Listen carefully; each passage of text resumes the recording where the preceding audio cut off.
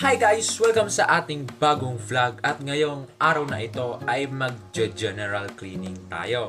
Kaya't gusto kong gawin ng ating activity ngayon dahil gusto ko lang mag-video. At saka gusto ko lang makita ang ating progress sa paglilinis through timelapse kasi magta-timelapse tayo. Magta-timelapse natin yung paglilinis natin. Kaya mag-general cleaning din ako ngayong araw na ito dahil gusto kong tanggalin yung mga alikabok dito sa bahay. Marami ng alikabok.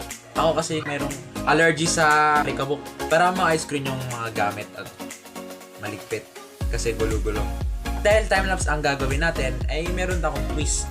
So nakikita nyo dito sa gilid, meron tayong yung planner, progress bar sa taas para malaman natin kung complete na ba ang ating task na ginawa sa area na yan.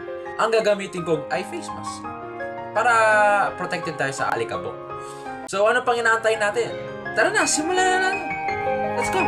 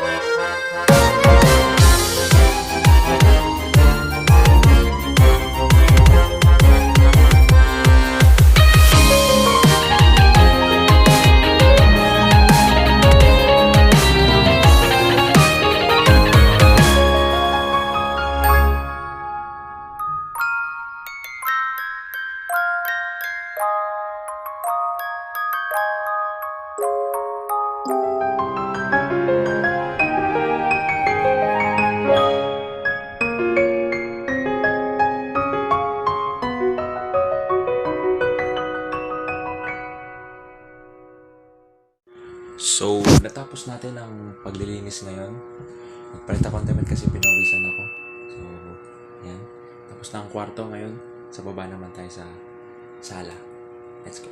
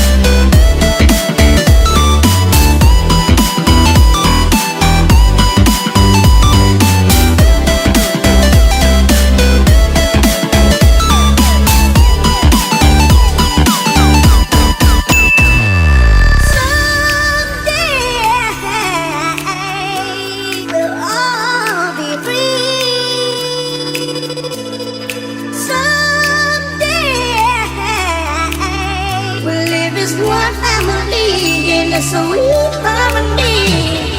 Someday we'll all be free.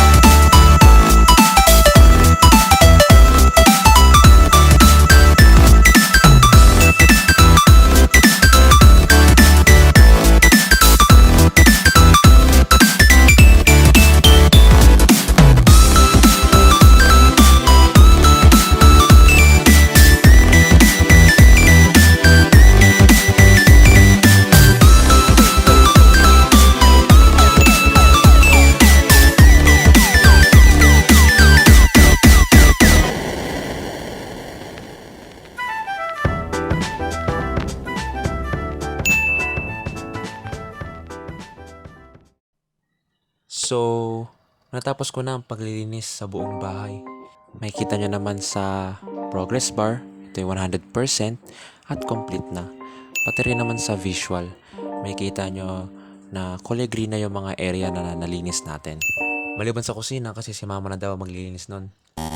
Hindi ko inaakala na matatapos ko ito kasi habang naglilinis ako, iniisip ko na paano kaya kung itigil ko na to kasi ako lang din nahihirapan.